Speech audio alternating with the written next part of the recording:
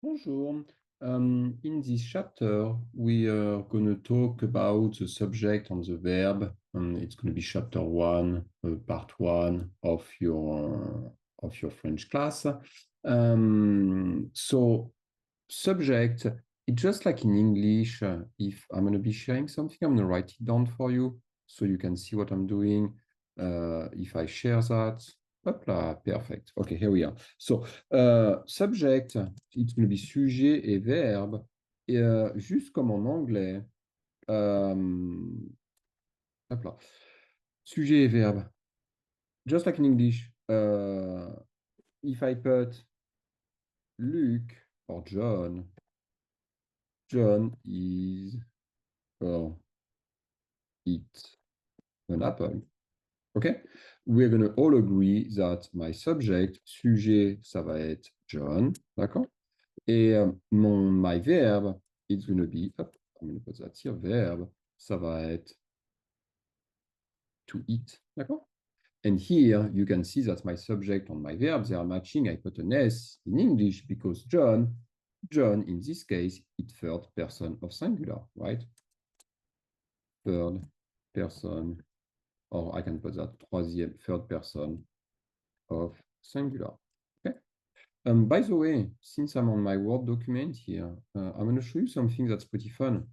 If you select everything, and here you can see, here you can see you can change everything into French if you want to, and you put that in French. So all of my French words, they are not going to be underlined. For now, since I'm going to be talking and writing mostly in English, I don't know if it's going to help much, but that's a good trick to do. You check, control everything, you control A on my computer, but you figure out what it is on yours, and you can just change the language. So me, I put that in French. It's going to check the orthograph if you or the grammar if you make a mistake. Let's say I put a R here. It's telling me, hey, that's not the right word. Right click and I can change it. Okay. So John, third person of singular.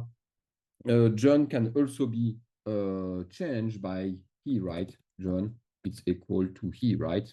Okay. So he in French, it's equal to il. D'accord? If it was feminine, if it was, I don't know, Lucy, maybe, or I don't know, Jean, maybe, or Elizabeth. Okay. If it was Elizabeth, that would be a she, and she in French, it's going to be elle. D'accord? So if I say John eats an apple, I can say she, oops là, he eats an apple. D'accord? In French, that's going to look like John mange une pomme and il mange une pomme. Okay? So you're going to find all of that in your book, page 12, grammar 1. They tell you subject and verb. They tell you that it's going to be exactly the same, like it can be a noun or it can be a subject pronoun. It's called a subject pronoun, by the way. And in French, we say sujet, pronom sujet. D'accord? Pronom sujet. Which going to bring me to the next part of the grammar. Just like in English, we're going to have the same pronom sujet or subject pronoun. In English, it's going to be I. Maybe I can do that with watch. That would be perfect. Hop là. Something like that. That could work. Okay. So I'm going to say it's going to be I, you, he, she, it, we, you, and they, I guess. Yes, they. D'accord? Maybe I can add something. Insert colon to the left. Yes, and I'm going to say, and here I'm going to do something like that. I feel like I want some more space. That's going to be première personne du singulier. D'accord? And that should be small, by the way. It's how we do that from here. And here, actually, it's first, and I will put an accent. Tac. Wow, this is not what I wanted to do. Hop là, première personne du singulier. And then, oof, I can copy it. I'm going to say Ctrl V, CTRL-V. That's going to be deuxième. D'accord? Deuxième. And I do that in life like that because every time I could have just print it and send it to you, but I'd like to do it as I go. So this way you can hear, you can see the way I'm thinking about it. D'accord? Troisième, and then it's going to be the same. I'm going to copy it. And I'm going to put V, but it's going to be du pluriel. D'accord? Pluriel. So I can replace that by that. Good enough. D'accord? Wow, there's a S here. Okay, so then if I go here, I, it's going to be je. You, it's going to be tu. He, she, it, it's going to be il, elle, on. D'accord? Let's put some space here, by the way. Maybe it's going to be better. Then we, it's going to be nous.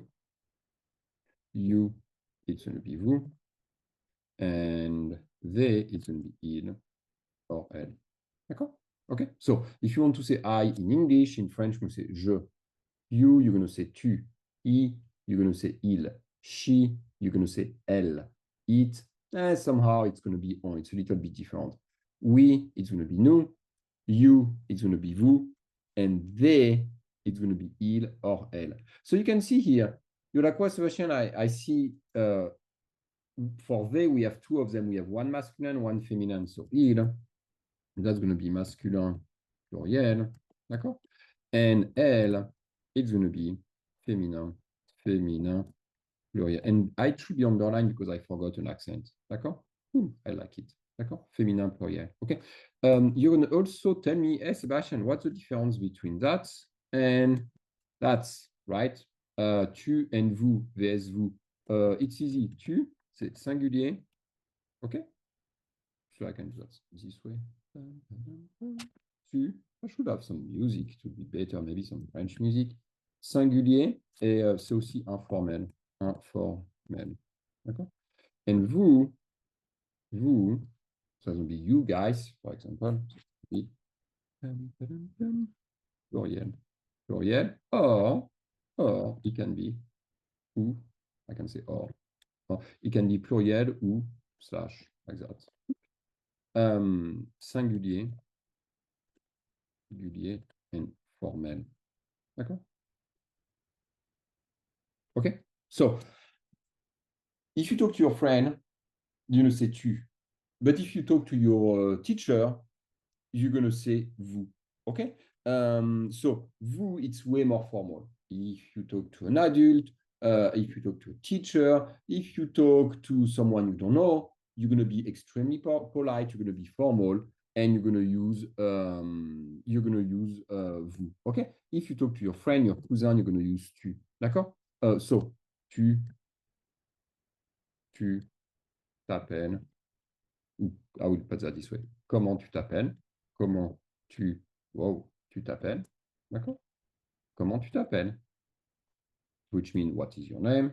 And comment vous vous appelez? What is your name? D'accord? And that's going to be exactly the same thing. What is your name? But one is formal, one is informal. What is your name? OK?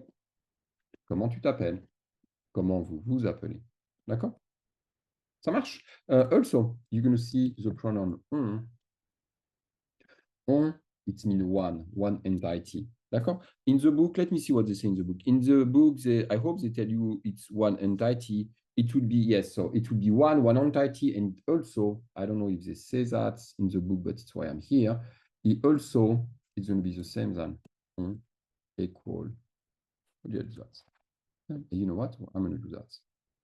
Tac, tac, tac, tac. And here I'm going to put on. And guess what I'm putting here? Nous, singulier, informal, plural,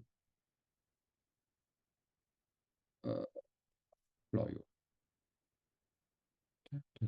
So, we are in class. I would say nous sommes en classe. D'accord?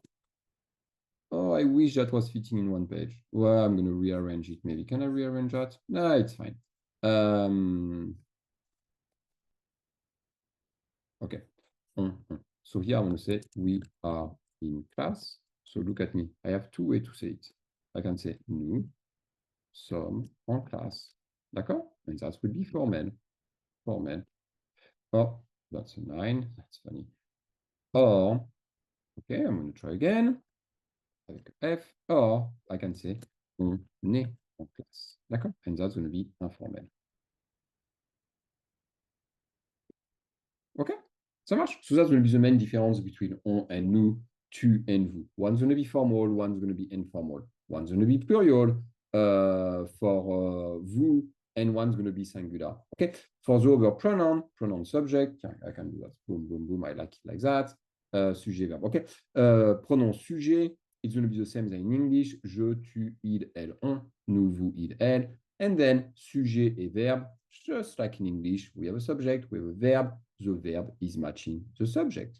Okay, so now you're going to go to your book. You're going to have a couple exercises to do on that.